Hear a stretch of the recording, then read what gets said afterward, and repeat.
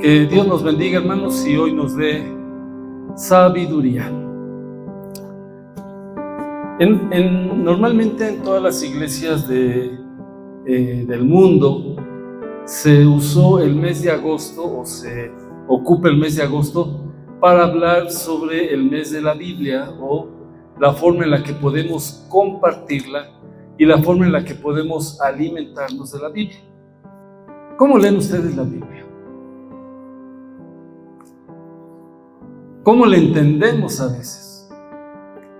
Piensa que una vez a un niño llegó, ¿verdad? Así como de la iglesia, y le preguntó a su mamá, no sé si Jimena le pregunta a su hijo, pero le preguntó: oye, ¿qué aprendiste? No, mamá, hoy estuvo genial, maravillosa la lección que nos dieron. Bueno, ¿y qué aprendiste? No, mamá, mira, aprendí que Dios siempre libera a su pueblo y que su pueblo estaba en cautiverio, y entonces Dios dijo: los voy a ir a liberar, y mandó comandantes, mandó generales, uno que se llamaba Moisés, que era el principal, y entonces él empezó a actuar y empezó a mandar a su ejército para liberarlos. Lo primero que usó fue una arma química, porque les puso ahí en el agua, se las tiñó de rojo. Y luego Dios empezó a mandar otro tipo de animales para que ellos empezaran a liberarse. Y bueno, después mandó bombas que caían como granizos y los destruían. Y mandó a todo su ejército para liberarlos, mandó a la aviación, a la marina, a todos. Y le pregunta a la mamá: oye, ¿y eso fue lo que estudiaron? No, mamá, pero así me lo imaginé. A veces nuestra imaginación va por otro lado, ¿verdad?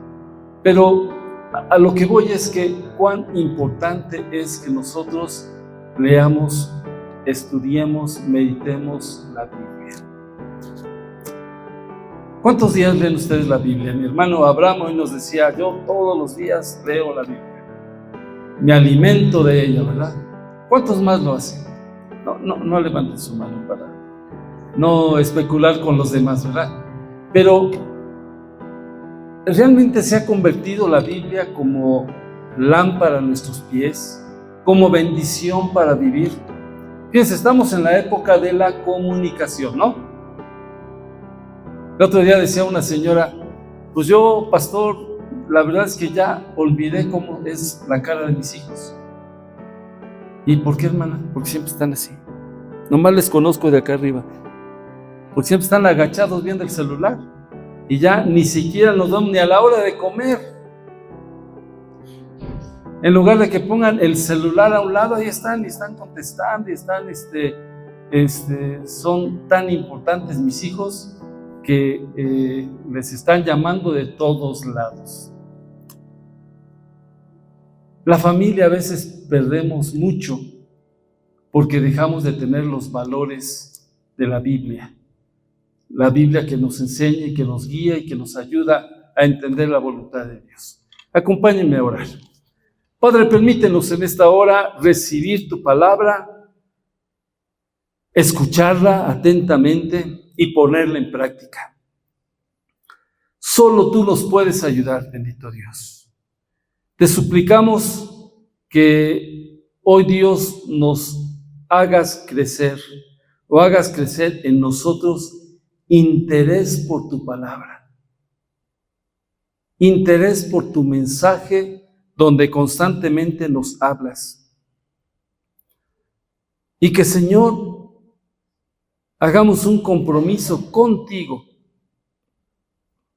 de que al meditar en tu palabra podamos recibir de ahí grandes tesoros que nos alimenten. Bendícenos, Señor, y habla a nuestro corazón. Te lo pedimos en Cristo Jesús nuestro Señor. Amén. Este sermón no es de regaño, es de ánimo. Tenemos que buscar nuevamente en la palabra de Dios recursos que nos hagan vivir y que nos hagan disfrutarla.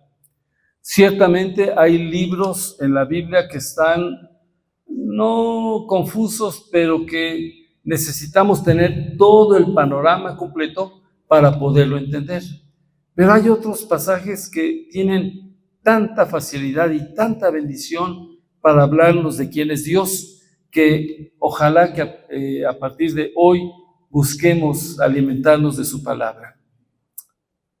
Si usted alguna vez ha dejado de leer la Biblia por días, por semanas o por meses, o aún no la está leyendo, normalmente lo que pasa con nosotros es que el corazón nuestro se marchita.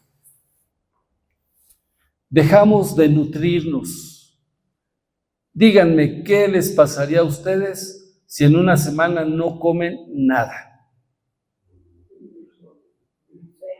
Yo no creo que nadie duraría una semana, ¿verdad? Nos enfermaríamos, empiezan a surgir enfermedades, pues empezamos a carecer de fuerzas, nos sentimos débiles, desorientados. Eso es lo mismo que pasa cuando nosotros dejamos de leer la palabra de Dios o de meditar en ella. Vamos perdiendo interés en estar más cerca de Dios.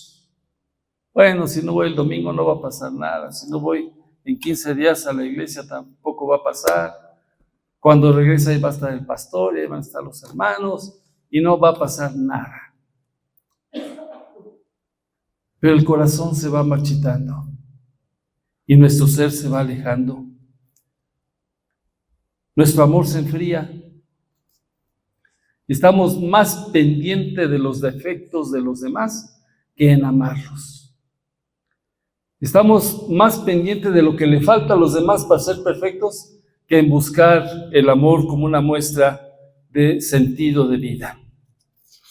Y ustedes saben, yo creo que sí lo saben, que somos hijos de Dios. ¿Sí lo saben? Muy bien. Entonces, cuando dejamos de leer la Biblia, dejamos como que nuestro ser espiritual se empieza a enfriar. Y nuestro corazón se empieza a alejar. Y nos dejamos ir por tantas corrientes, por tantas olas. Esta semana tuvimos unos días, mi esposa y yo, donde salimos de vacaciones. Y fuimos a Cozumel. Y ella se metió al mar. Yo soy un miedoso del mar, créanme. El chapoteadero apenas. Pero mi esposa se avienta a donde sea. Y entonces en una de esas se aventó en un lugar donde había así pececitos y de pronto la corriente se le empezó a llevar. Yo no lo supe hasta después me contó, ¿verdad? Si no, hubiera corrido a buscar ayuda porque yo no me metía. Pero se le empezó a llevar y dice que tuvo que empezar a hacer un esfuerzo extra y no podía y tuvo que buscar otros recursos para tratar de llegar y quedar a salvo. Cuando nosotros nos alejamos y no estamos constantemente leyendo la palabra de Dios, nos vamos por cualquier corriente. Oye, mira que aquí está bueno, pues vamos para allá. Oye, mira que aquí sí se disfruta, vamos para allá. Oye, mira que prueba esto y no te va a pasar nada. Y vamos para allá. Y nos vamos desviando de lo que es correcto y de lo que agrada verdaderamente a Dios. Dice en el versículo, ¿se acuerdan dónde estamos leyendo? Segunda de Timoteo, capítulo 3, ¿verdad? Timoteo era un hombre muy amado por el apóstol Pablo y quería que Timoteo no se desviara. Y por eso le dice, toda la escritura es inspirada ¿por quién? Por Dios. O sea, toda.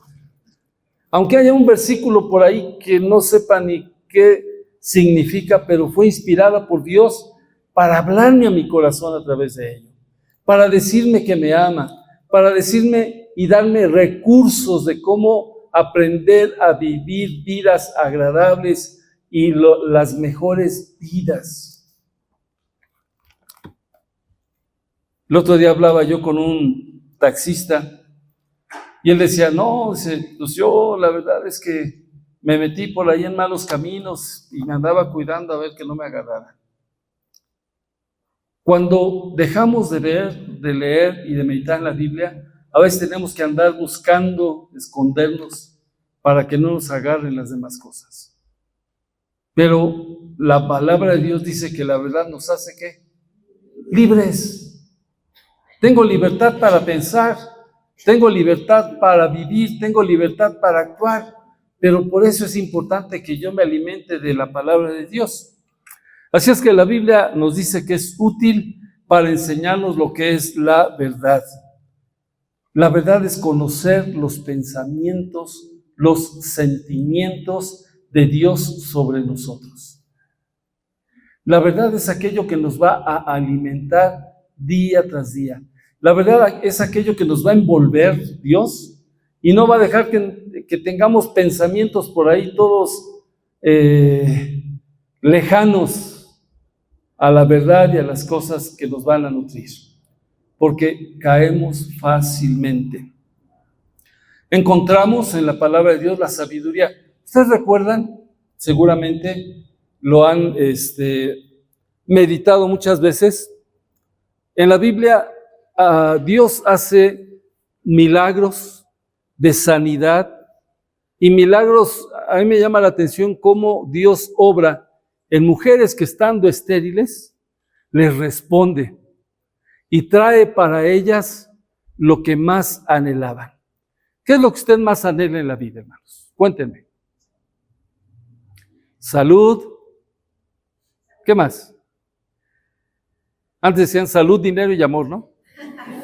Como que era la frase. Y paz, ¿verdad? Y amor, no sé cómo le hace, pero siempre están buscando algo que simbolice lo que nosotros anhelamos. Había una mujer, en la Biblia se habla de Ana, y ella lo que más anhelaba era tener un bebé. Y era una mujer muy infeliz porque Dios no le había dado, como ella así lo sentía, el don, el regalo de ser mamá. Como, ¿verdad? Hace poco, hermana Ana nos mandó una foto de Emanuel pequeño, ¿no? Aunque ya parece que Emanuel ha crecido un poquito, pero bueno. Y cómo Dios planea hacer las cosas. Y esta mujer tuvo que humillarse, tuvo que buscar dirección, tuvo que acercarse a Dios de todo corazón para que Dios le contestara su petición. No es nada más así, Dios, pues tú ya sabes lo que yo necesito, hazme el milagrito. Así no actúa Dios.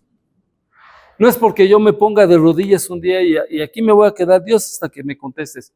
No es así como obra Dios. Su palabra va creando, su palabra va bendiciendo, su palabra va formando, no deformando. Su palabra nos va ayudando a pensar, a sentir y a vivir las cosas que Él quiere para nuestra vida y que nos van a traer sobre todo, ¿saben qué? Paz, gozo, alegría y muchos días de bendiciones. Por eso es que es tan importante que nosotros, al meditar en la palabra de Dios, sepamos que cada frase que está ahí escrita fue cuidadosamente vigilada por la mano de Dios, porque toda es inspirada por Dios y es para bendecir nuestras vidas. Si Dios no hiciera milagros, no aparecería aquel cojo que Dios le dio a través del Señor Jesucristo la bendición de que caminara. Si Dios no hiciera milagros en muchos de ustedes, hermanos, ha hecho milagros y lo seguirá haciendo. Y son milagros fieles que Dios, a través de su palabra, nos confirma que Él es un Dios que sigue obrando y sigue actuando el día de hoy.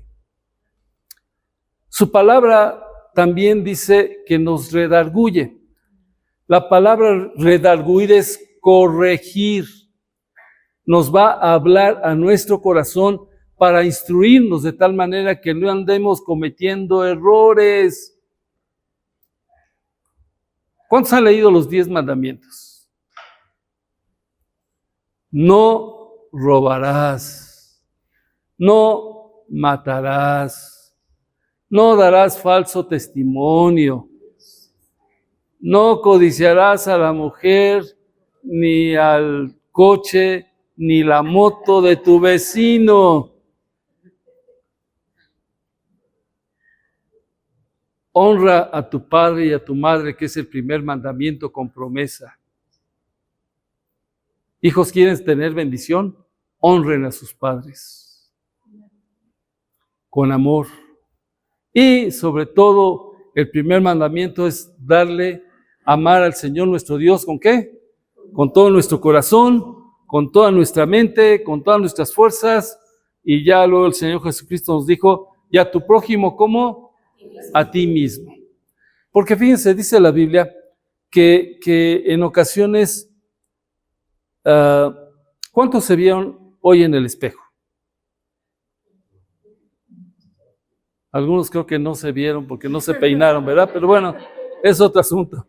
Pero a lo que voy es que si yo les dijera ahorita, cierren sus ojos y les vamos a dar una hoja blanca y ustedes van a hacer un retrato completo de cómo son ustedes.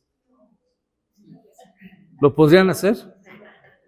Más salían así, ¿verdad? Un ojito, otro ojito, la nariz y la boquita y ya, todo lo demás. Porque nos olvidamos de eso. Entonces la Biblia dice que a veces nosotros solamente vivimos así. Nos olvidamos de las cosas que Dios quiere para nuestra vida. Y es importante que nosotros las recordemos, porque a través de ellas vamos a poder corregir nuestros errores, nuestros pecados, aquellas cosas que no nos van a ayudar para vivir en paz ni en armonía con los demás. Y por último, dentro de este pasaje dice que este texto nos va a hacer hombres y mujeres buenos, de buenas obras, preparados para todas las buenas obras. Hoy en la mañana, en la escuela dominical a la cual les invitamos, estábamos hablando sobre los dones que el Espíritu Santo da a cada uno de nosotros. Usted debe tener cuando menos un don. Y ese don no le fue dado como para esconderlo, ¿verdad? Como el caso de los talentos, sino lo fue dado para ponerlo en práctica y edificar la iglesia. Entonces, si usted le gusta servir como un don de Dios, venga y sirva en la iglesia. Si usted le gusta dirigir y siente que es el don de Dios, hágalo. Si a usted le gusta la enseñanza, venga y compártalo. No se quede con ese don, porque Dios, quien lo conoce, le dio el mejor don para su vida. Le voy a decir, de menos tiene uno. Y si no, reclámenle al Espíritu Santo. Y le va a decir, mira, tienes tantos dones que ni sabes tu hijo. Pero por eso la palabra nos va a instruir. En la Biblia hay cuando menos 40 dones que se nos muestran. Así es que uno debe tener usted, o dos, o tres, o cuatro. Si tiene los 40, bendito sea, ¿verdad? Su vida. Pero en la medida en que ustedes comparten y viven esos dones, es donde aprenden a hacer buenas obras para bendición de los demás. Dios, hermanos, nos ama y nos ha dado su palabra no para tenerla guardada. Algunos de nosotros tenemos varias Biblias. ¿Cuántos tienen más de una Biblia en su casa?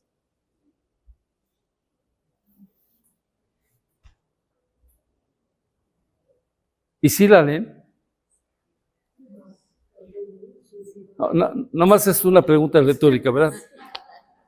O si la leemos, porque a veces podemos tener, hasta en nuestro celular lo tenemos la última versión.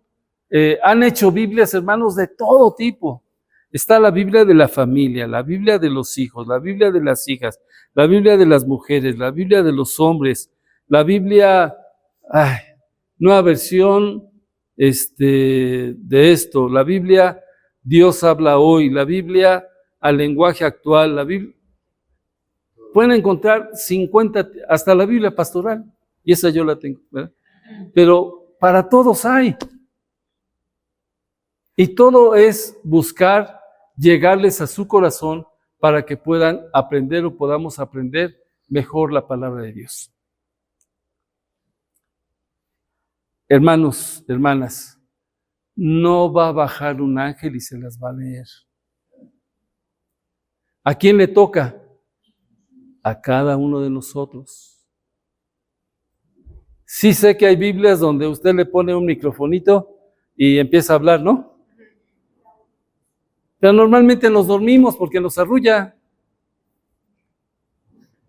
Tome la Biblia, léala con amor. Dios le escribió esa carta de amor a usted, a su corazón porque lo ama, y le escribió las mejores palabras para su vida. Y esas mejores palabras salieron del corazón de Dios para alimentar sus vidas, sus pensamientos, sus corazones. Y saben, el otro día les dije que en la Biblia hay más de 3,000 promesas que Dios nos ha dado. Pero yo creo que entre todos, si nos ponemos ahorita a contarlas, vamos a llegar como a 100. Y todas las demás, ahí están. Pero no las buscamos. No nos enriquecemos de la palabra de Dios. Por último, ya termino con esto. Hay en la Biblia, en el Evangelio según San Mateo, se habla del Sermón del Monte. El Sermón del Monte es recopilación de varios sermones del Señor Jesucristo, donde habla de diferentes aspectos. Por ejemplo, ahí puede estar en Mateo 6 sobre la oración, sobre no afanarnos, porque a veces nos estamos afanando qué comeremos o qué vestiremos. Y al final dice, yo les voy a decir el gran secreto. Si ustedes lo que yo les he enseñado lo ponen en práctica, serán como un hombre que puso su casa y la construyó sobre la roca. La construyó bien, invirtió todo su dinero, toda su vida, todo su esfuerzo en construirla y la construyó bien. Dice, pero de pronto vino la lluvia. Y aquí en la Ciudad de México sabemos qué es eso, ¿verdad?